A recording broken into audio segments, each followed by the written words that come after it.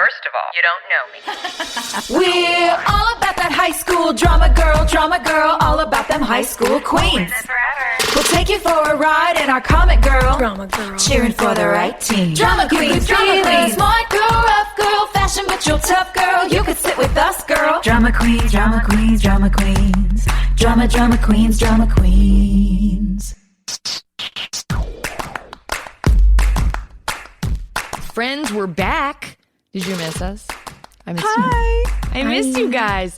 Listen, this really is the best part of my week because I get to like blow my family off and say, oh, sorry, we have 2 hours. This is our lady time. Tonight, we got to hang watching episode 9 with Arms Outstretched, which the air date was November 18th, 2003.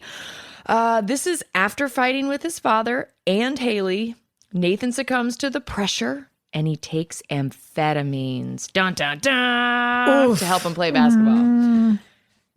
So in previous episodes leading up, we've had casual gunplay. We've had like suicidal tendencies. What else have we had? We touched on pills a little with Brooke in the last one. Yeah. Ew, yuck. Is this what kids were doing in 2003? I just can't even remember. I don't know. Maybe. Also, as you pointed out well, while we watched the episode, why was he taking them for like 4 days leading up to the game? Why not just the game? It was excessive. Yeah, so lots to discuss. First and foremost, Brooke's juicy suit at the top of the episode. Oh my God, That with tracksuit. stripes, and I had stripes on my backpack. Brooke's just all sorts of stripey. It's a roadmap. Yeah. I was a little confused in this episode with Luke. Because he seemed like two different people. We were getting a lot of a new side of like bad Lucas, I guess. What did you guys think? Yeah, because, we were talking about what a sort of revelation it was to be watching now and realize that he's like fully playing these two girls, these best friends.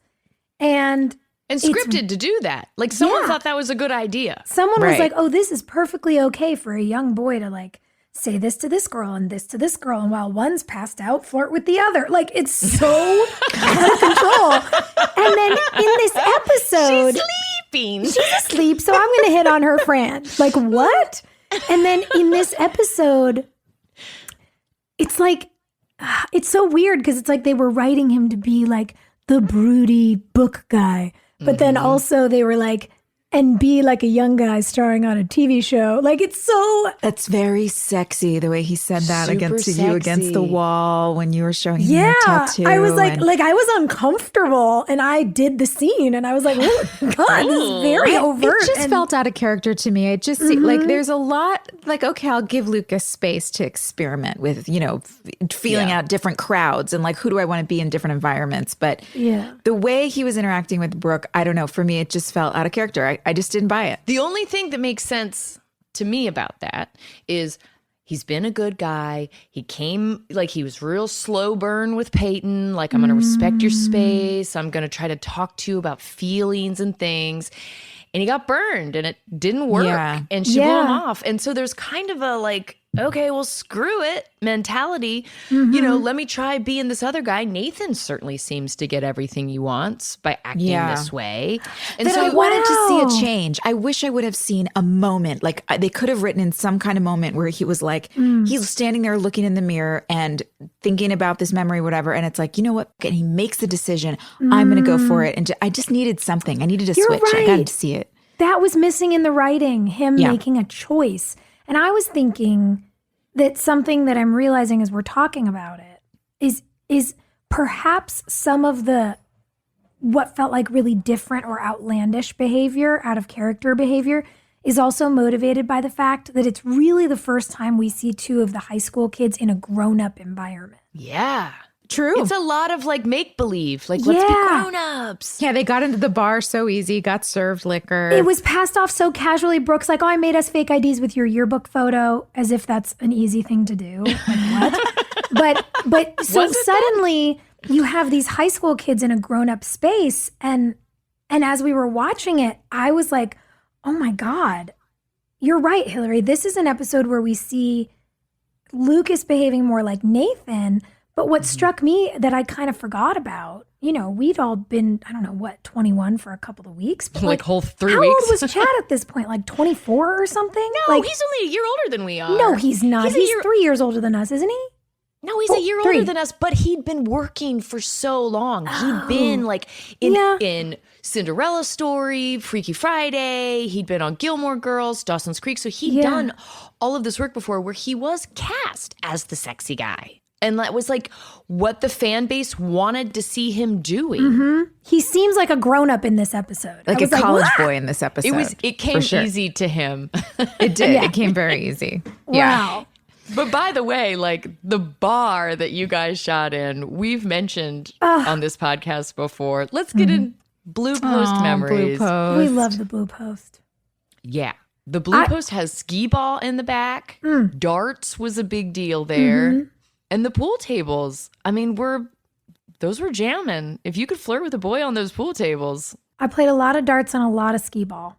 Did you? Skee ball? They had skee ball? But I wish I had gotten good at pool. Like, oh, by the way, Brooke Davis is a casual pool shark, which we all forgot. Yeah. Why didn't we keep that storyline going? Yeah, why didn't we have one at Trick? We needed a pool table at Trick. I'm annoyed about that. Clothes Over Bros was like low on cash. You could have gone and hustled for it. I could have been like, you, Victoria, I'm going to go make money pool sharking. Oh, God. Girls working for money. I would have loved if that had continued. Also, I would have loved to have had an excuse to get good at pool because I'm not. And I wish I was. It would have been fun. I don't trust girls who are. I'm like, what are you up to? What are you doing? But it's one of those things when we watch the scene, like, how cool does it look? It looks cool. It really does. Did you guys get tattoos in high school? No. What? Joy? Oh, no. I was a clean teen. No. But here's what I'll say. I had the boyfriend in high school who had tattoos. My boyfriend was bad. Oh, really? In fact, yeah. Yeah, there's a picture of him. There's like a full spread of him in the yearbook because he had an eyebrow piercing and he had tattoos. They let him come to school with a piercing in his eyebrow?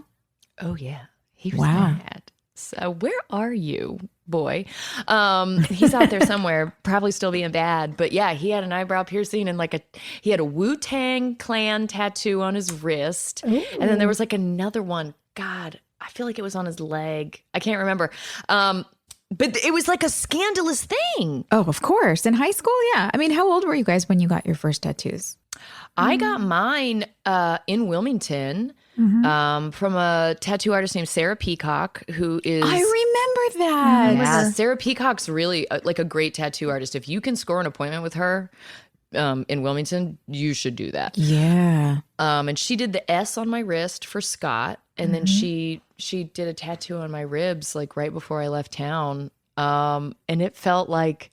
It was right when I was closing certain personal chapters, and I was just like, let's go memorialize this forever. You had one on your foot, though, when we started shooting. Was that already there?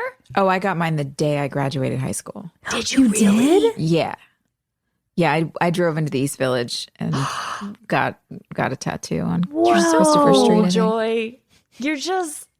I need to know more about like 17-year-old Joy in her apartment driving to the East Village with your Mariah Carey hoop earrings. Oh, my God. I feel like the more I watch Friends, because I'm binging it right now at night. It's like my comfort show. The more I realize I'm Phoebe. Yes. I have memories and I feel like I've lived so many different lives, and Phoebe's like, oh yeah, when I lived in Prague, and everybody's looking at her like, what? I'm like, wait, I think that's me. I just always got such random parts of my life that I forget about. I hope you take this as a compliment, but 100%. Yes, you're Phoebe. I mean, our season 1 nickname for you was Joypiter. That's right. Do you remember that? And like, that's right. It was just because like Joy was always so comfortable and like, I'm on a different planet. And what are you guys talking about? Like agents and casting directors? No. We're talking about like Victorian homes and, like and we're talking about something totally obscure today. And, have you guys ever created gold jewelry? I remember people used to think I was mad or grouchy a lot because I've got my 11s, right between my two eyes, the lines in my forehead.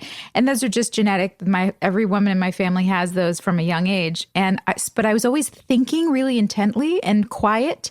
And when I go into my own world, I'm gone. Like you can be talking to me and I don't see you or hear you. And it's not personal. I'm just, my brain I can't multitask the same. I'm just gone. I'm somewhere else. It's a skill set. You don't want to. But people would think I was so grouchy. I didn't ever clock it as grouchy. I just clocked it as she's got better shit going on than what we're talking about. You know? Yeah. Yeah, you're Joy, fun, Phoebe. I love you as Phoebe. And I love you on your planet. And I love were you even 18 yet when you got your tattoo on your foot?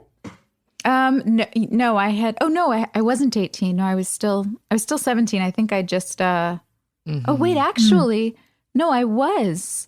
I had just turned 18. Because your birthday's in April. April. I had just turned 18. That's right. I think that's why they tattooed me, because I could show my ID. I didn't get my first tattoo until I was 23. And I'm going to embarrass myself. You guys, I love Goldie Hawn so much. Oh, yes. And I was closing a personal chapter in my life at the time. Hilarie, we have this in common. And closing those books. I just close them and set them on fire. And I read Goldie's book, A Lotus Grows in the Mud. And it Is that what it's from? It changed my life. Actually, when our sweet friend Danielle was going through a time, I gave her my copy with all my notes in it. I was like, I never do this. This is the inside of my heart. Read this book. Wow. So I think it's been just sort of passed around groups of women going through transitions. But I got my first tattoo here in LA at the Shamrock on Sunset. And then I got next couple. I got my next couple in Wilmington. Yeah, man. And I don't know, I've just kind of racked them up ever since. We just have to hide them. I just put them away. Yeah, that's why 6 of my 7 are white. All my ink is white. Are they really? Except for one tattoo. Yeah. Which is really fun. It's such a party trick when you show people, because they're like, what do you mean you have 7 tattoos? And you start showing them where they are, and people are like, oh my God, I see you all the time. Sophia pulls out a black light, and she's like, unz, unz, unz. I'm like, let's go to Sweden. And once people see them, they can't unsee them. The fun tattoo. Did that symbol really mean fun? Do we know? Ooh, that would be fun to find out. I feel What did your symbol mean? I don't remember what Brooke's tattoo meant. That's another thing. So for one episode, Brooke was a pool shark. And for one episode, Brooke had a tattoo. And then they just went away. And I realized that the entire thing happened as a vehicle for them to put that tattoo on Chad's arm for Lucas, because Chad has a real tattoo on his shoulder and they were having such a hard time covering it up. Yeah. Oh, is that his real tattoo? No, he's got but it's raised. So they were having so much trouble covering it with flesh tone that they needed an excuse to put a bandage over his arm for basketball. Yep. They couldn't get it to stay on. And when he'd sweat, it would kind of run. And they were just really struggling. And they realized that if they covered it and then put a tattoo over it, it did just enough for the eye on camera to take away the texture of his covered up tattoo. Did they write this whole They wrote this episode for whole him thing just to because of get that? Lucas a tattoo. Dude. So they could put a just bandage put him on in a his short arm. sleeve shirt. Right? I literally, he could have worn a shirt under his jersey, but they wanted to show off all the boys' muscles, so they weren't going to do that. Okay, He our could've fabulous producers are giving whatever. us a note. They're saying he supposedly got the word fun tattooed on his arm in characters that, Chinese characters. In reality, the Mandarin characters are the equivalent of the word have. Okay, wait, no, this is great. This is what I was going to say. I remember, Joy, much like Haley's penis hat. I remember Mark and the writers roasting Chad because they were like, yeah, we're going to say Lucas got a tattoo that says fun and it says something else. Joy, how'd you feel watching Craig Sheffer laying the law down? Oh, yeah. Ooh, all hot and bothered, baby. So exciting. Oh, he was so stern. He was so stern. That was great. And Lucas, Lucas needed it. And I loved that he, came around and was willing to help him out with his janky tattoo that got all like infected and stuff. The rotten tattoo. It rotted. Drugs and tattoos don't work that way. No. Can we talk about Craig Sheffer's archaic threats when he goes, "What'd you do? Join the Navy?"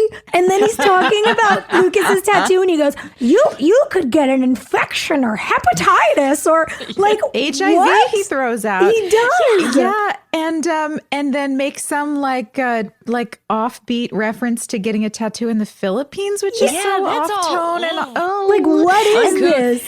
And then the threats of bread and water. I mean, yeah, he definitely was like, that was real old school. Somebody from the 30s wrote that scene. Yes. Say. Somebody that was Say, like, kid, I served in World War II and we got bread and water, see? And you'd get a tattoo if you got really wasted and it would get infected. It's like reefer madness. What is this?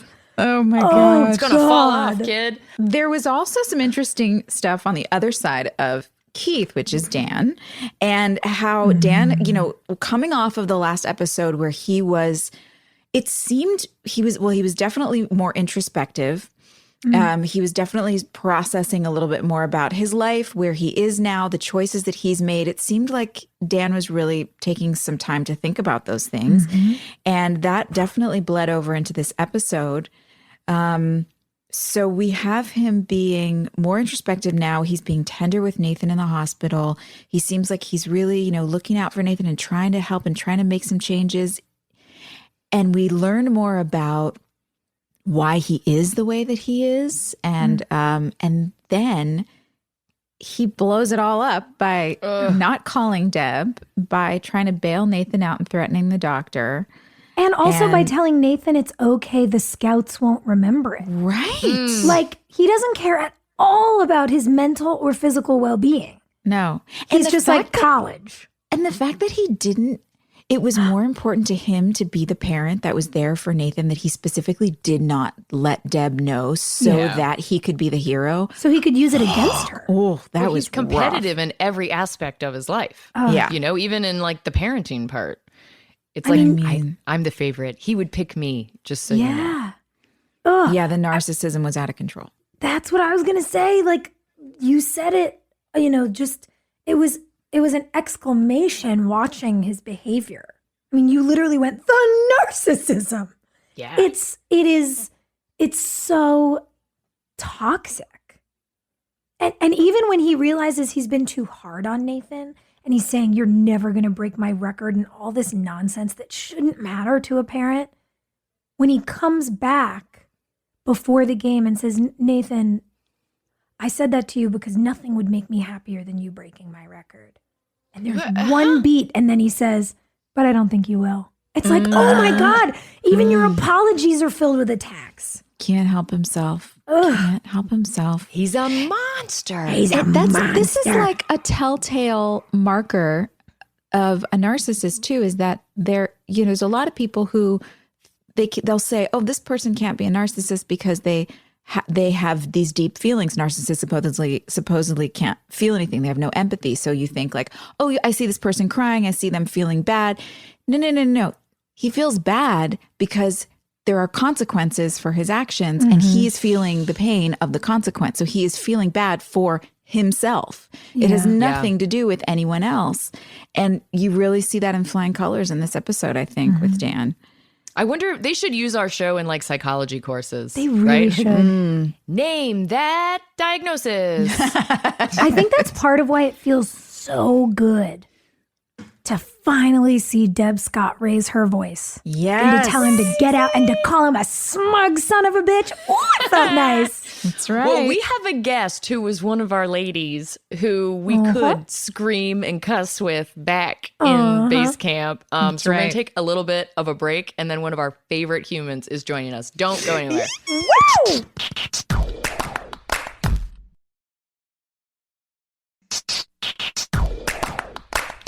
Ladies and gentlemen, we are so excited. I'm so excited.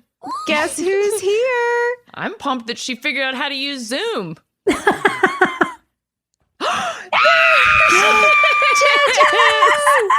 Oh my God. JoJo, can you see us? Well, I can. JoJo. Oh, we're so excited to see you. Everybody at home, this is JoJo Stephens. She took care of us for the majority, my run on One Tree Hill, certainly. But JoJo Mama was Bear. our key hair and our key troublemaker back in base camp on One Tree Hill. You knew where all the bodies are buried. Oh, yeah. JoJo knows where all the bodies are buried. And also, you just were like our solace of all things. I screamed so loud when you came on camera that Doug thinks something's wrong with me. So Hi. Hey, y'all, I just got off work. I'm sitting in my car. Tell us what you're working on. I know, but tell everybody at home what you're working on. I'm working on the Righteous Gemstones with Danny McBride and John Goodman and yes. Wyatt, Walton Goggins. I almost said Wyatt. And Edie Peterson. You know I'm terrible at bad last name. You only know their character names because you got to look at a call sheet and see who's sitting in your chair in the morning. No, I know the character names better than I know their names. JoJo, you don't age. You look exactly the same. Oh my gosh. Oh, well. If I hadn't had a little cocktail, I could see y'all better and I wouldn't have to put my glasses on and I'd say, Wait, hold on. Let's get into cocktail hour with JoJo. Cocktail hour feels real important. Yes. So last week I told the story about that time that I had to make out with Chad and you gave me a shot back in base camp to give me strength. The JoJo cocktail hour is a legend. Is it continuing on this production? no, everybody's scaredy cat. Well, Oh, no. Christy's working with me. Brian doesn't drink. I know, Brian Moss says hello. Christy says hello. Oh, Brian. Ooh, tell us your drink of choice, your trailer drink of choice, JoJo. Oh, yeah. My trailer drink of choice. Well, it depends who will drink with me. Hypothetically, of course. Hypothetically, vodka. yeah. I'm a hello, vodka. Chelsea. I love JoJo's that a book. vodka purist. God bless. Joe, when you got involved in the show, how did that come about? Who called you? Because you came in right away, after the pilot. I was with Mike Tolan. Okay. He Our was producer. he was the guy. I mean, to me, he was the one that started the show, and the leather pants and stuff like that came later. So I was, if you remember, I was going to exit the show because of the way certain people were treating me, and I called Mike Tolan to tell him, "Sorry, dude, but this is not working out." And he said, "No, let me make a phone call." The next thing I know, I'm in the office of certain producers, and I kind of let them know that teamwork's my deal, and it changed after that. So, Wow. Good. Ooh, I If love anyone it. could lay down the law. You know what? Sure. Teamwork was your deal, and it is. And because I remember that being such a focal point for us when we were in the trailer, especially when there were things that, we were all, especially with the girls, there were lots of misunderstanding, lots of things that, we were hearing from other people, or, as we've said, there was so much division. And I remember that you were constantly working to get us all on the same team, on the same page. And that's a lot of extra effort that you didn't have to do. You were just there to sit there to do our hair. And instead, you poured your heart and soul into all of us when we were so young and needed guidance. And I love you. I miss you, and I'm grateful for your guidance there. oh, thanks, guys. I listened to one of your episodes, and you guys were talking about your characters and your. I'll probably start crying. But you were talking about your characters and their relationships. And you guys were all living your lives and your relationships, and everything was so fast. And I wanted you to slow down. But then again, I remembered, I was, a lot younger then. And I remembered the times when I was building my relationships and how much fun it was, and the feeling and getting the butterflies and stuff. But then again, at the same time, you were being pushed pushed, kind of, I don't know, just worked on and just manipulated and stuff. There was good stuff that came out of it stuff, but I was always like, oh my God, I wish they could just say, ooh, I hope you can look back and go, wow. You encouraged me to get in trouble. I remember like being real square, being a real prude. Yeah. And Joe's like, but here's the deal. You could go out and have some fun and nothing bad would happen. Every love letter I ever got, I'd show to Joe sitting in her chair, like it was good to have a touchstone where I could be like, am I being bad? And Joe's answer was always, no. Baby. Yes. You counseled all of us through not only the moments when we were falling in love, but the moments where things were falling apart. I mean, we were joking a couple episodes ago. We were just dying laughing. I was like, where do you think all the engagement rings went between us? Because everybody's had a couple. And like, oh God, you're right. We wanted to like prove that, we were all grown up and we had everything figured out. And I will give you so much credit because you held us and you mothered us and you gave us great advice, but you never told us what to do. Yeah. And I can't imagine how many times you had to bite your tongue. Because we did some stupid I've never bit my tongue with Joy, would I? You would. Would I never bit my tongue with Joy? I don't know. I'm sure you had to. Constantly. I love when Joy went through her experimental hair phase. Remember when like you would put the little tiny braids in your hair and then you had unicorn hair for like a second? Joe, okay, so hair is obviously something that we talk about a lot on the show because that was how we all tried to express ourselves or, just feel like we had a little bit of control over what we were doing. How exhausted were you doing 300 hairdos on 300 different girls? Let me tell you. When I interviewed for a job after One Tree Hill, it looked like I had, a lot of resumes are like long and, 50 things on them. Well, I had to point out that on my time on One Tree Hill, I did over 500 hairstyles. So then that kind of opened their eyes. So everybody listening out there, if you're a hairstylist, just starting to write down the number of hairstyles. Yes. Wow. But, oh gosh. I mean, you were fighting humidity with two girls with curly hair. One of them had to be straight and one had to be curly, but it all had to be done with an iron, which doesn't stay in humidity. Water just lets it all out. So that's a big challenge that you were constantly battling. Guys, right now, these days, and after we left, it's just me, Christy, and a third. After I left, I think there was like 2 or 3 more people hired and another trailer and a whole team for a second unit. And nowadays doing 4 people is unheard of because, it's like, oh my God. It's like mini movies, per episode on, episodic. But, we shot in the rain. If it didn't read, you girls were out in the weather. And what that means for the folks at home when JoJo says if it didn't read. Oh yeah. So a funny thing can happen sometimes on camera. It can be raining. But if the drops are small, they won't, quote, read on camera. You won't be able to see them. So they would put us out in the actual rain and, come and blot us down with a tissue every couple of takes so there weren't drops on our faces. Maybe. But we'd be standing in the rain and then they'd look at JoJo and be like, can you just clean up your hair? Yeah. She's like, it's wet now. It's like Hilarie's hair would totally change if it got too wet. And Joy's would too, depending on, how much we had blown it dry or if she pulled down her ponytail after the first take and said it wouldn't show. Probably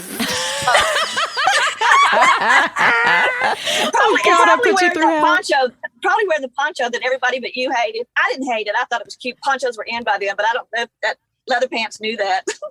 Oh my God, JoJo, I love you. That's, by the way, okay, so the one that shall not be spoken of will forever now be known as leather pants. JoJo has branded it. That's it. It's done. Leather pants. Joe's good at nicknames. Started out blue jeans and went leather pants.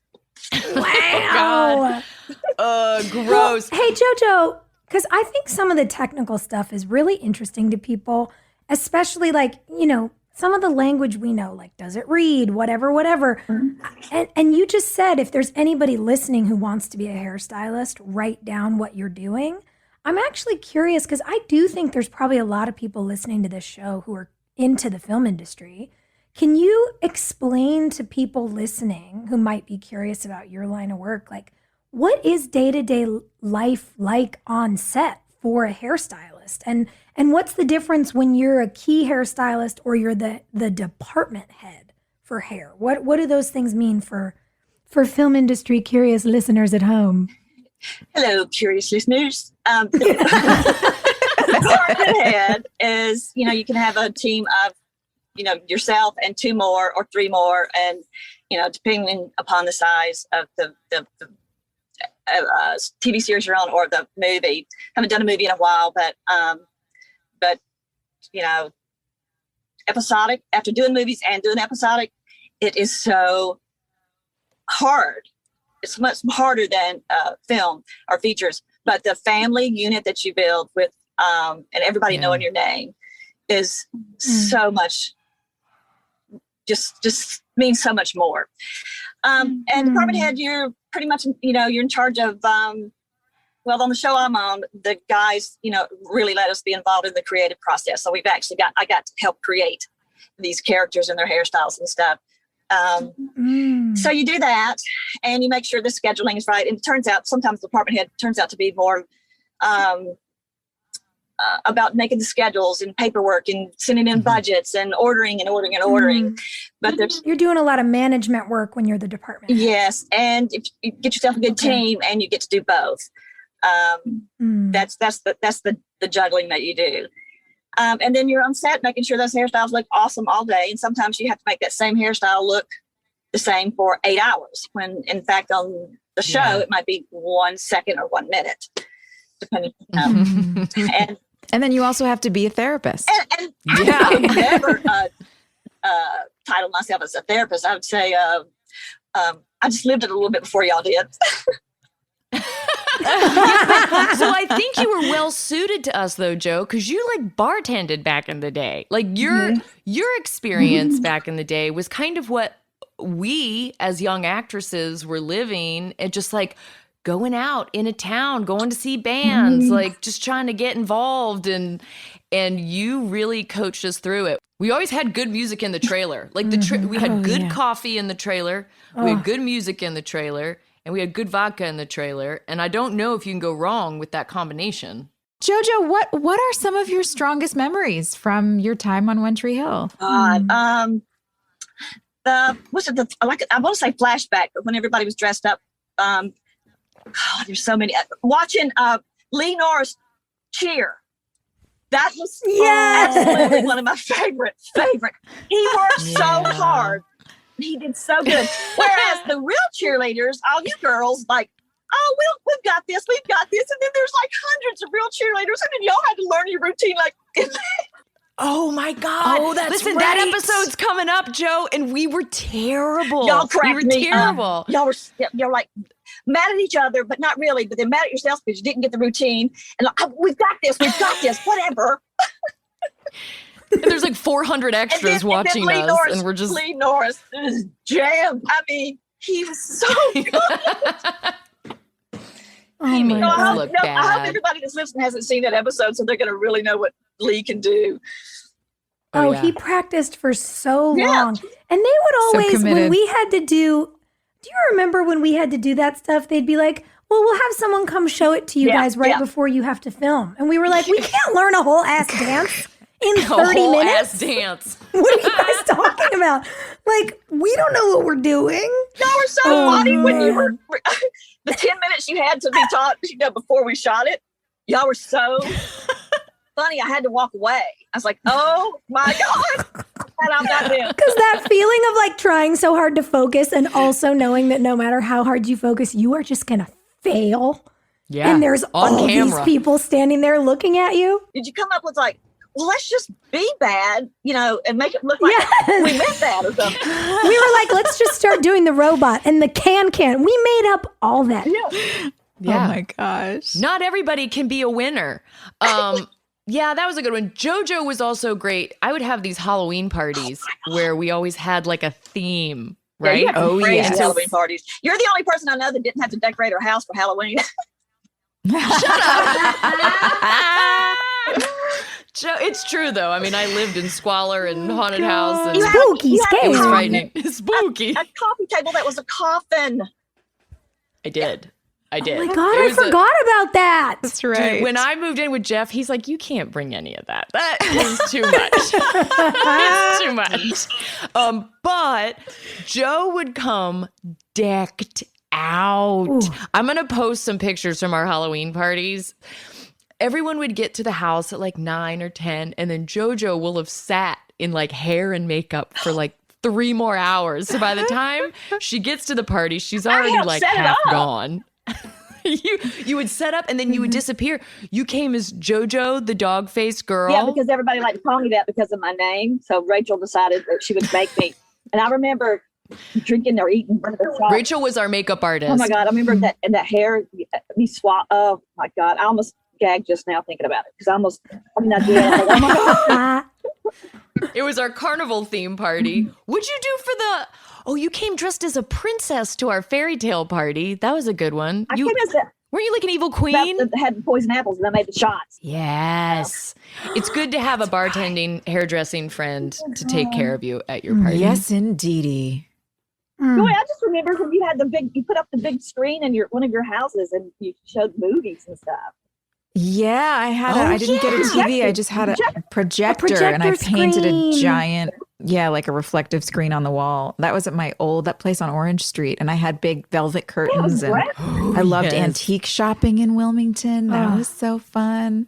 I want to know some secrets. I want to know some fun stuff that we can talk about that's like fun trailer secrets that we would have forgotten or, things that maybe like some of us don't know because others weren't there. Okay, so the secrets are Joy didn't know what a hickey was. Oh my God. And the other secret, Barbara Allen Woods, they asked her to be in bra and panties on the billboard thing, remember? Oh, that's right. And she asked me, she said, oh, I mean, I don't know. What do you think? Why? I said, you know what, Barbara? And I can't remember. I just said, you know what? I don't know how old you are or whatever. I said, but you know what? I remember reading that a real famous actress said she wished she would have done more in her 40s or 30s, when she was in her 50s, she was saying this. And I said, you know what, Barbara, you got a rocking body. Freaking show it off. Just do it. Guys, and do it for JoJo literally said that to me 2 months ago. She was doing my hair at her house in Georgia, and she's like, Hilarie, you're covering up too much. It's time. But she had to do it on TV in the middle of all of those crew members in bra and panties on a damn billboard and stuff. And I said, if you don't want to do it, don't do it. But, do it. Don't do it because they're making you. Do it because you want to say, look at me. I'm fucking rocking this body. And she did it. Yeah. She did it. I love that. Yeah. You did always add that perspective to a lot of the stuff that we had to do, where it was like, you know what? Some of this is really kind of misogynistic and whatever, but if we own it and do it our way and posture it in the way that we're comfortable, it helped so much to know that there were women on our team when we had to do some of this stuff. I mean, like the sex scenes that we had to shoot as teenagers. Oh my God! I had to leave the stage if I heard, because the sound is so much louder when you're, when you're on, especially if you. Oh, it's horrible. Oh, and when that kissing thing, I loved all of you so much. I said, if I had to listen to them kiss one more time, I'm gonna throw up. I mean, I just have to, just leave. It felt voyeuristic and I didn't like it. You were there for all of the battles that we would have about those scenes and about like what we were supposed to wear and, how in depth the scenes were going to be and us fighting for our characters and knowing that we were in a position of young high school girls looking up to us and really caring about the message that we were putting out for them. Yeah, I mean, I remember that too. I remember that you were always there. You heard all of it and you were constantly giving us advice on never telling us what to do, but like helping us sort out what our thoughts actually were so that we could present an argument to the people that were in charge, that we were butting up against, that was intelligent and adult and, that we could really present ourselves in a way that was effective. JoJo, thanks for hanging out with us. Are we your favorites? Can we tell the other kids that we're your favorites? You like us the best. I think everybody knew that and knows that, and still. And I love you guys so much. And it's not a day that goes by that I don't think about you and say thank you for the stuff that you taught me. We love you so much. And I miss Patch. Oh, puppies. Me too. I know. Joanne, can I tell you something? Yeah. I tell a story no less than once a month. And I'll never forget it. And I think this is probably something, I know it's a thing that I needed to hear.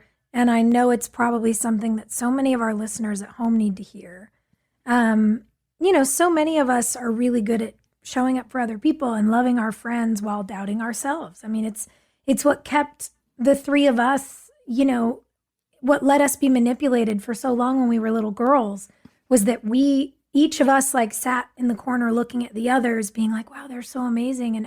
And I'm the odd man out. Like we didn't know how to turn it around and we didn't know how to get over the hurdle of just asking. Mm-hmm.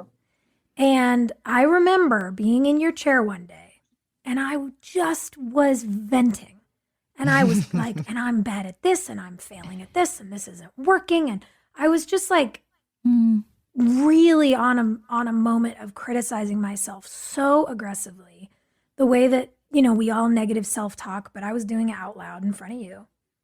And you went, and you listened, and then you went, and I could just feel your hands getting like more frantic in my hair. And finally you threw the brush on the counter and you spun me around in the chair. You grabbed me by the shoulders and you shook me. And you looked me in the eye and you said, you watch your mouth. You're talking about my best friend like that. Oh, God. And even now it makes me want to cry. It was you shook me out of some things. And I realized I would never let anybody talk about any of you the way I was talking about myself. Isn't that crazy? Oh, yeah. It was such a wake-up call. And I tell that story to anybody who's having a bad day. I'm like, well, you know what my friend JoJo said to me once? Because it's just, it's so good. It's so good. You also said, was it you or was it Kelly Jefferson who said my second favorite thing to me about a goat? Kelly Jefferson. Kelly or was it you?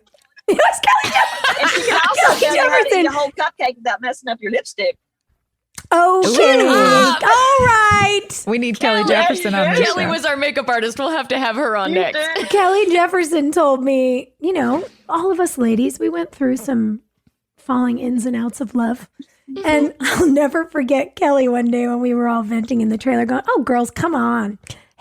She goes, love and hate are just two horns on the same goat. That's so Southern. It's so good. So the two of you really gave us some jewels for our crowns. Can we do it again? Yes. I saw all of us on the same show. Love you, JoJo. We love you so much. I love you, Joe. Bye. Tell Dean we I love will. him. Bye, Joy. Bye, Sophia. Bye, Thank Hilarie. you. Bye. Bye, baby. honey. Bye. Oh my God. Oh my God. Wow. It's so great to be able to just pick right back up with people. Back up. I feel like I got really lucky because I went to go visit Jeff on set on The Walking Dead a few years ago, and I didn't have George yet, so I bring Gus to set, and Taylor, who is the key hairdresser on The Walking Dead, had done our pilot. She was the hairdresser on the pilot, and it's only when she didn't sign up to do the whole show that JoJo came in and took over, and they're like best friends. Oh. So Taylor comes out of the trailer and goes, oh my God, wait until you see who's here. And the door flies open and JoJo comes running out and we just like burst into tears. And it was, Jeff's like, why are you crying? What is going on right now? But it's so nice to have those friendships that are only born from like being together 18 hours a day, every single day. Mm-hmm. And they last forever. Yeah. Yeah, I mean, being on set the way we all do it, both with the location and the hours. Mm-hmm. I joked with a friend on a job recently that it's kind of like an arranged marriage. Yes. Like you just show up and you're married to this whole group of people. Yeah. Because you see these people way more than you see anybody you might actually be married to or know. And you're just like in it for a decade. And you got to figure it out. Yeah. You got to figure it out. Yeah. All right. Okay, we're going to take a quick break and we'll come right back and have a little bit more to talk about with this episode. We had some Haley and Peyton connecting. We had some really nice acting work from James Lafferty. And we also have a spinning wheel of Most Likely To and some listener questions. So stay tuned.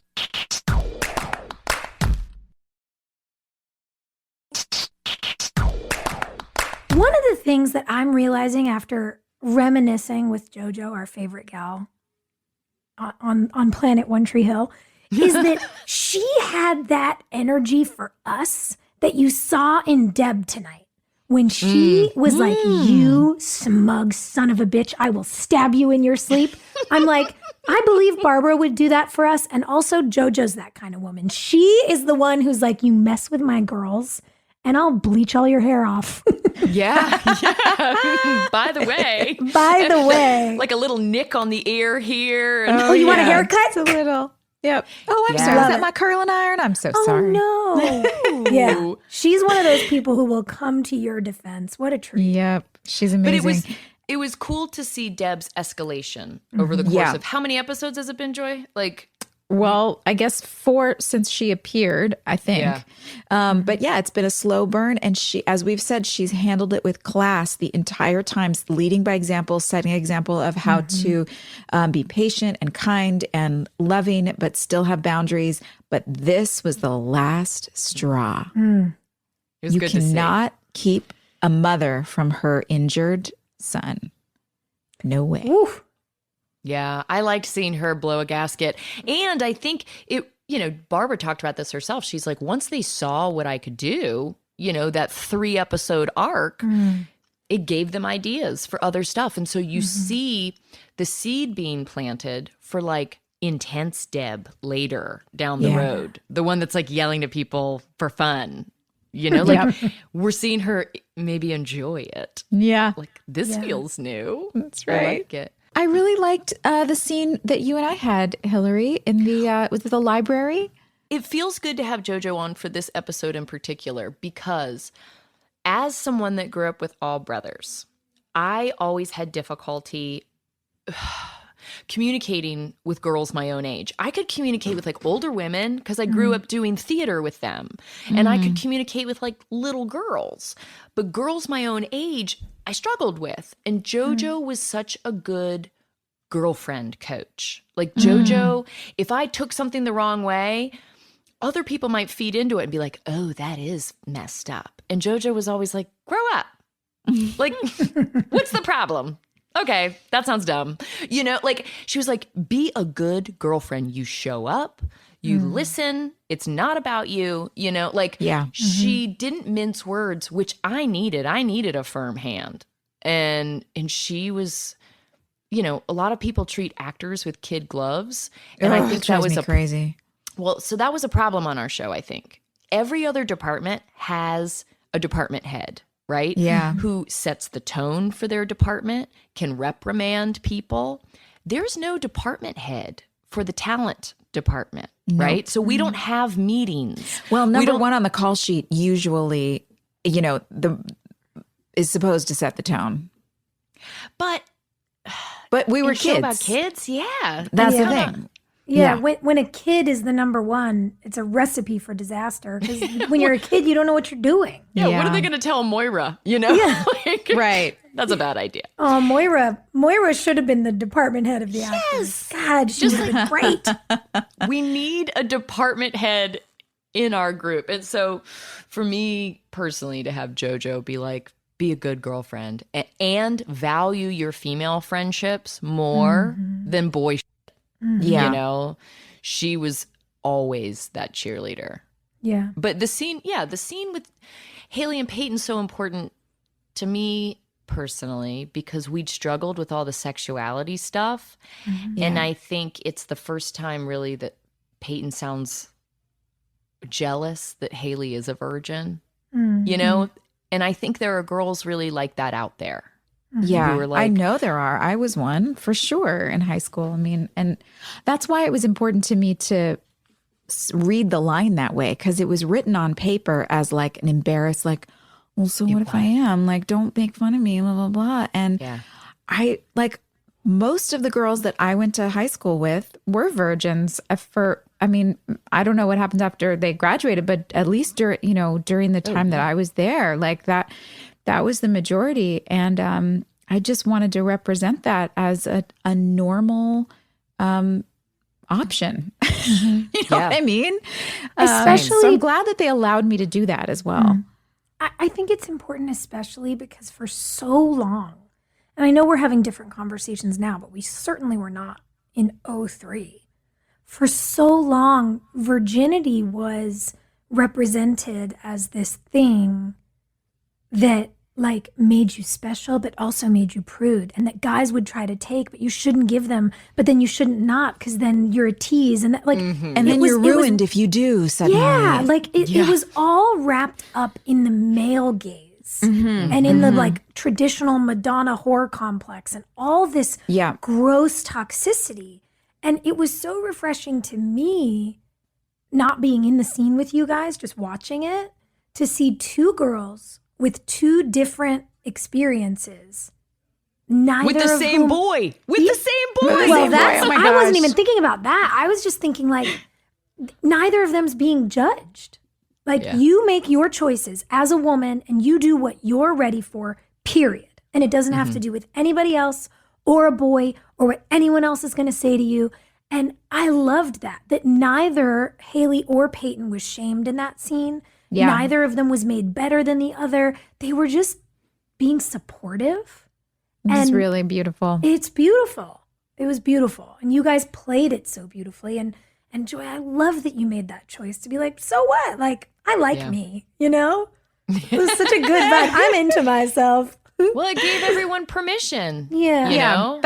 I really wanted to. That was a really intentional choice. And I remember because I remember the way that it was written. I remember it was like she was supposed to be embarrassed. And I just was I don't know if I had to fight for that or if they just let me. I don't remember. Know, when we watched it, I didn't remember us shooting it. And the more we talk about it, the more I remember, like now I'm remembering the muscle memory of that scene. Ooh. And I remember it being a conversation. I remember it being like a thing that you were very concerned about, and you were like, this is how it's happening. And that's the only way it's going to happen, which was awesome.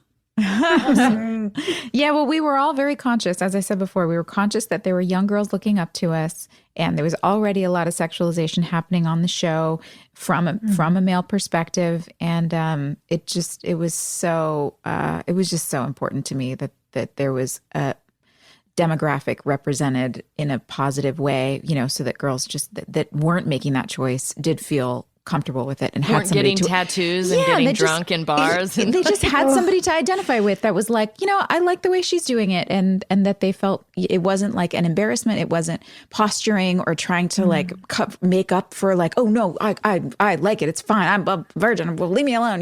None of that. No, it was just I wanted it to be confident and totally comfortable with who she is. But anyway, we've talked enough about that, and I want to talk about James in this episode because he is so damn good. So good.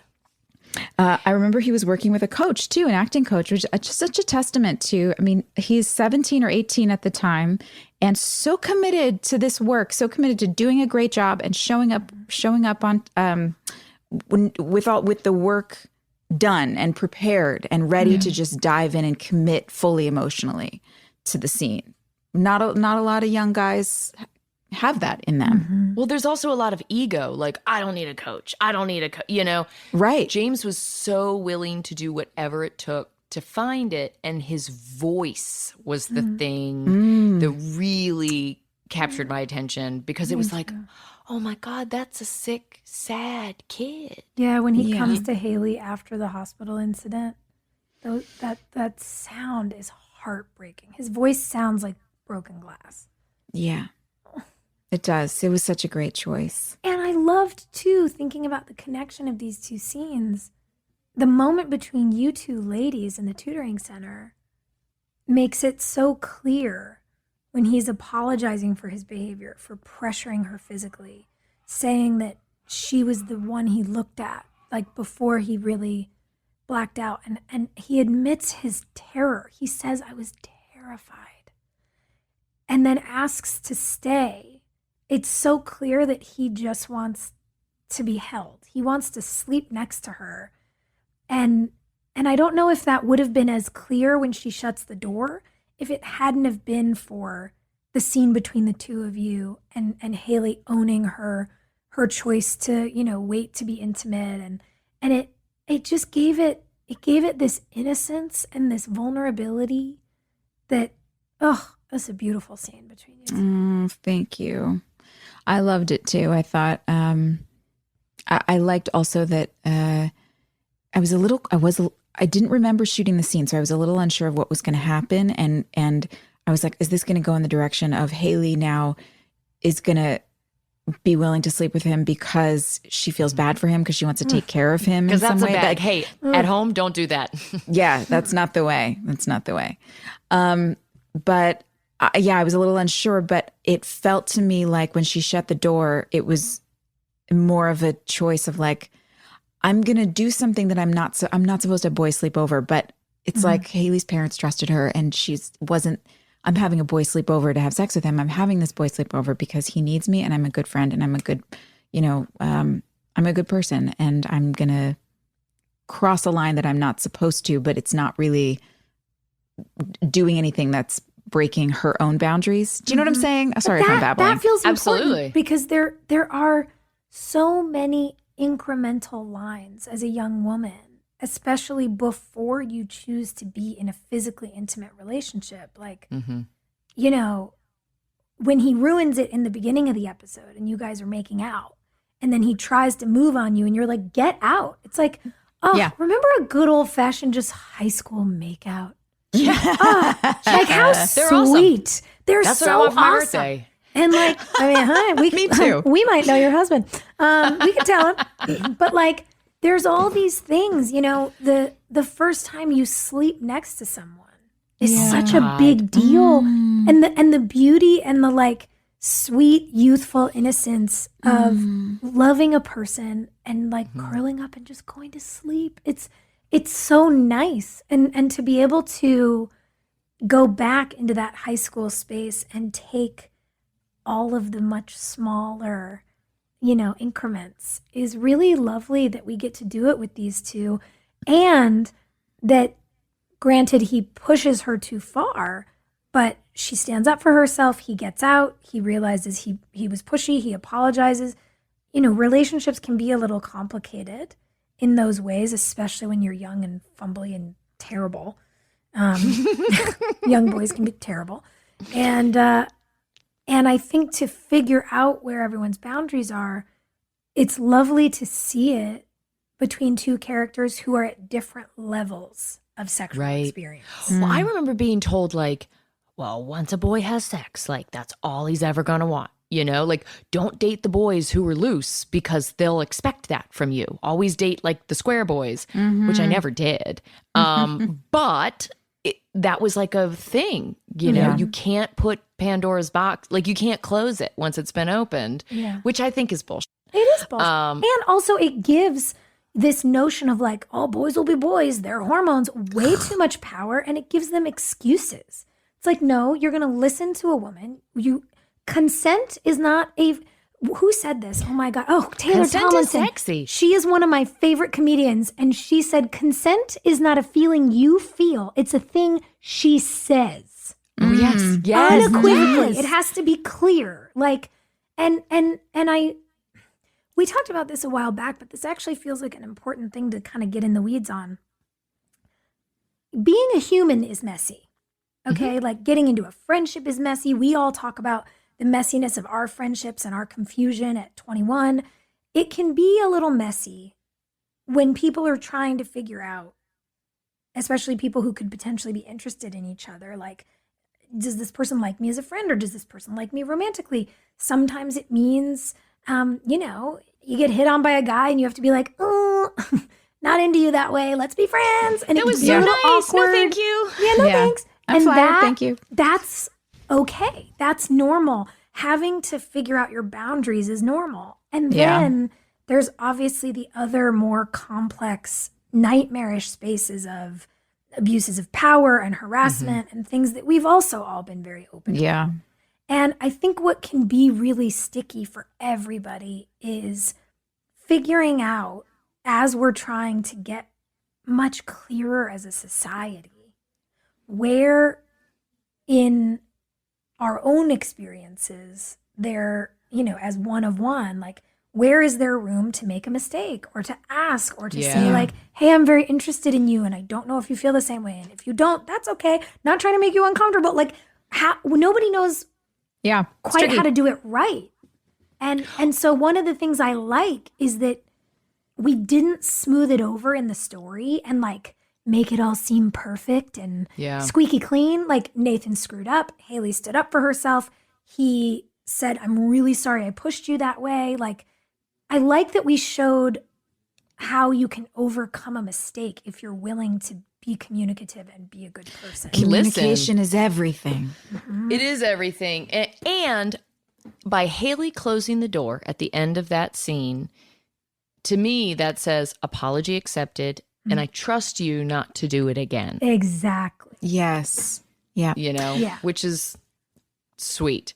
It's also, I'm jealous, having watched this episode, that your scene turned out like loving and nice, and Peyton was left at a door for 27 minutes. Oh my God, it's the longest scene of all time between the three of us. Holy Like, what is that? Also, I don't know. It was the soapiest. Guys, I was on a soap opera for 2 years. That was the longest I ever saw. The longest unspoken look. I will also say this is the second time in the first 9 episodes that Brooke Davis has been used purely as a device to like make something happen for another person. So at the party, she's a nightmare to stir up the drama so everyone fights. And now I've had to get a tattoo so we can cover Chad's real tattoo. And then, but like, interestingly, even though they were pretending to be grown-ups at this bar, there were moments of sweetness, like Brooke and Lucas joking about weird science and talking about what they're into. That scene was fun. I loved that scene. Yeah. And then you get right back into like some ding-dong boy always wanted a girl to say this to him. I come out of that bedroom going, you ready to score? It's so gross. I missed that. I didn't hear that's what you said. All right, superstar, you ready to score? It's so disgusting. I would never. And the fact that the two girls never say, we're best friends, and we don't even say, sup. You know, like nothing. Yeah, nothing. No. Can we just promise that if we're ever kissing the same person in the, the next 70 years, if we see each other, like, let's say sup. Yeah. Hey, girl. What's up? Hey. Yeah. Sup. Yeah. That's what we can do. Most likely to have a stare down. Most likely to be in the world's longest soap opera scene. Me and Hilarie. I want somebody to cut together all of the soap opera stairs, like the longest soap opera stairs in history. Just the stairs. That's what I want to see. I would love that. Oh, speaking of the amazing things our fans do for us, and we did talk about Brooke and Lucas having this pool shark evening at the Blue Post. One of you guys tweeted me a photo of my plaque from the Blue Post Beer Club that is still up. And I just want to say thank you very much. I really liked it. Round of applause. Aww. Round of applause. Round of applause for our awesome fans. All right, let's spin the wheel. You've had good one. Oh, guys. Most likely to marry someone 25 years older than them.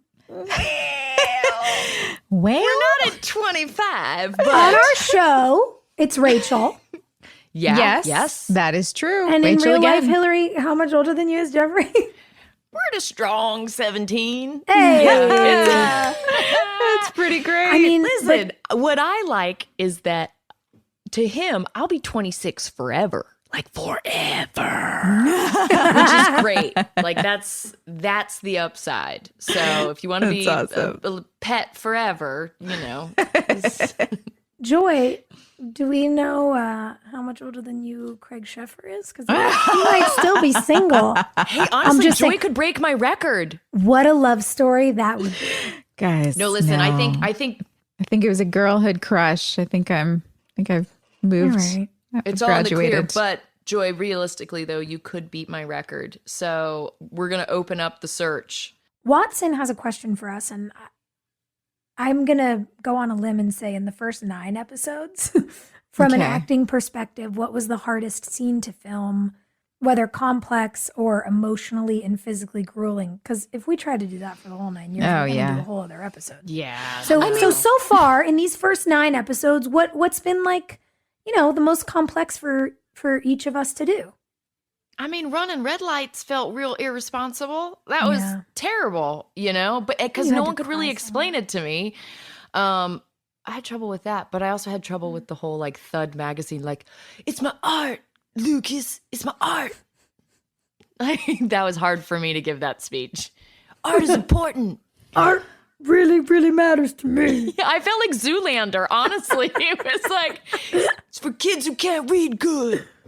Yeah. Joy, what do you got? I don't know. I don't think I've had to do anything that was difficult yet. Everything. I mean, the most difficult thing for me as an actor was the basketball days when I just had to sit there and, that's just like a mental exercise in Zen. Your ability to just like Zen out. No, I haven't. Not yet. Not yet. I haven't had anything. What about you? Yeah, you just had so much like great, charming, like. Yeah, it was all pretty light for me. Real talk. I think the thing that was hardest for me, like hooking up with random dudes on camera just felt so gross to me. It's like, I don't know about this. And also, I don't know, you hear horror stories and I remember just thinking like, is it inappropriate of me to ask to guarantee that none of these people has like herpes before they put their face on my face? Like it always just made me feel so nervous. And then the party episode was hard. Like Brooke being what felt to me like cruel and having to find interior motivations to create reasons for that. I was just like, this feels sad. Yeah. I like this question from Katie. If Brooke, Haley, and Peyton were in high school today, what would their Instagram handles be? I mean, I guess I'd be Tutor Girl 23, right? Yes. At Tutor Girl 23. Oh, for sure. I mean, Peyton, what was hers was like punk and disorderly. There was one. Like she had punk and that was your it'd be something like grumpy, like go away, Don't look at me. Yeah. Look at me. Don't look at me. I feel like I see people who do this and I'm like, wow, that takes a lot of confidence. So I'm going to borrow from other people. I think, because mine is just my name, I think Brooke's Instagram handle would probably be at the Brooke Davis.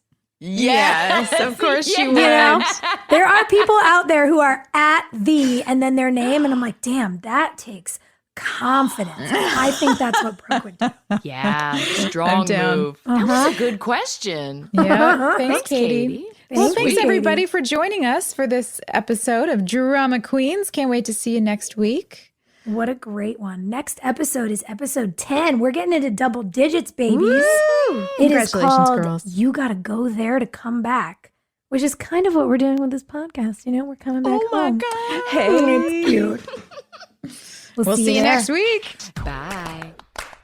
Hey, thanks for listening. Don't forget to leave us a review. You can also follow us on Instagram at DramaQueensOTH. Or email us at dramaqueens@iHeartRadio.com. See you next time. We're all about that high school drama girl, all about them high school queens. We'll take you for a ride in our comic girl, cheering for the right team. Drama queen.